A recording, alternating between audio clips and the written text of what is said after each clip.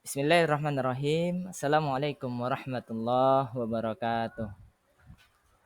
Alhamdulillahirrabbilalamin. Wabihi nasta'in ala umur dunia waddin. Asyhadu an la ilaha illallah wa asyhadu anna muhammadan abduhu wa rasuluh allazina nabiyya ba'da amma ba'du. Bersyukur kehadirat Allah subhanahu wa ta'ala. Salawat beserta salam buat baginda Muhammad sallallahu alaihi wasallam. Baik, Ananda semua yang Bapak cintai dan Bapak banggakan, mudah-mudahan Ananda dalam keadaan sehat walafiat. Insya Allah di kelas 86 ini kita bertemu kembali di suasana yang berbeda. Baik Ananda semuanya, sebelum kita masuk kepada proses PBM kita, alangkah baiknya kita berdoa dulu terlebih dahulu. Mudah-mudahan segala niat kita semua diridhoi oleh Allah Subhanahu wa taala. Amin ya rabbal alamin. Baik, sama-sama kita berdoa. Bismillahirrahmanirrahim. Raditu billahi rabba wa bil islami dina wa bil muhammadin nabiyya wa rasula. Rabbi zidni ilma warzuqni fahma. Baik, Ananda semuanya. Selanjutnya kita masuk kepada PBM kita, yaitu yang terkait tentang iman kepada kitab-kitab Allah Subhanahu wa taala.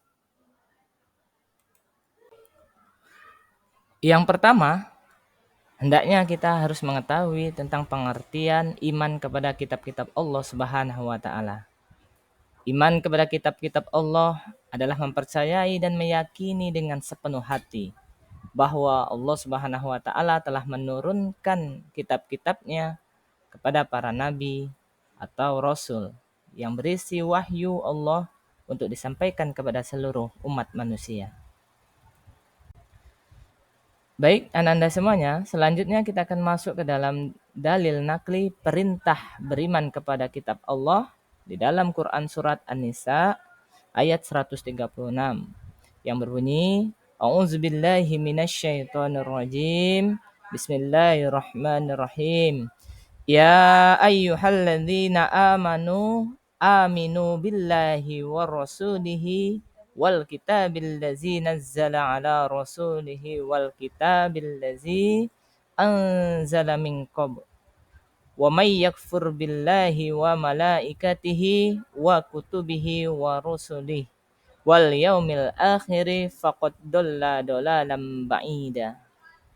Artinya, wahai orang-orang yang beriman, tetaplah beriman kepada Allah dan Rasul-Nya Muhammad dan kepada kitab Al-Quran yang diturunkan kepada Rasul-Nya serta kitab yang diturunkan sebelumnya. Barang siapa ingkar kepada Allah, malaikat-malaikatnya, kitab-kitabnya, Rasul-Rasulnya, dan hari kemudian, maka sungguh orang itu telah tersesat sangat jauh. Selanjutnya, kita akan masuk ke dalam nama-nama kitab Allah dan Rasul yang menerimanya. Kitab-kitab Allah yang wajib kita imani, yaitunya ada 4. Yang pertama, kitab Taurat. Kitab Taurat diwahyukan kepada Nabi Musa alaihissalam di Bukit Tursina, Mesir pada abad 12 sebelum Masehi. Pokok daripada ajaran kitab Taurat yaitunya berisi tentang akidah atau tauhid dan hukum-hukum syariat yang ada di dalamnya. Baik, yang kedua yaitunya kitab Injil. Kitab Injil diwahyukan kepada Nabi Isa alaihissalam sekitar abad pertama Masehi di daerah Yerusalem, yaitu Israel. Pokok ajaran kitab Injil sama dengan kitab sebelumnya, namun sebagian menghapus hukum-hukum di kitab Taurat yang tidak sesuai dengan zaman itu. Selanjutnya, kitab Zabur. Kitab Zabur diwahyukan kepada Nabi Daud alaihissalam sekitar abad ke-10 sebelum Masehi di daerah Yerusalem, Israel. Pokok ajaran kitab Zabur berisi tentang zikir, nasihat, hikmah, tetapi tidak memuat hukum-hukum syariat. Baik, yang terakhir, yaitu kitab Al-Quran. Kitab Al-Quran diwahyukan kepada Nabi Muhammad SAW pada abad ke-6 Masehi di dua kota, yaitu kota Mekah dan kota Madinah, Arab Saudi. Al-Quran merupakan kitab suci terlengkap dan abadi sepanjang masa. Kitab ini membahas tentang akidah, hukum syariat, muamalah, janji dan ancaman, serta tarikh sejarah umat-umat yang terlampau. Selanjutnya, Nanda semuanya, kita masuk ke dalam suhuf yang diturunkan Allah Subhanahu wa taala. Apa itu suhuf? Suhuf berarti lembaran wahyu Allah Subhanahu wa taala. Suhuf yang diturunkan Allah untuk para nabi itu ada berjumlah 100. Dan nabi siapa saja yang menerima daripada suhuf tersebut? Yang pertama ada namanya Nabi Sid alaihissalam, menerima sebanyak 50 suhuf. Yang kedua ada Nabi Idris alaihissalam, menerima sebanyak 30 suhuf. Yang ketiga ada Nabi Ibrahim alaihissalam, menerima sebanyak 10 suhuf.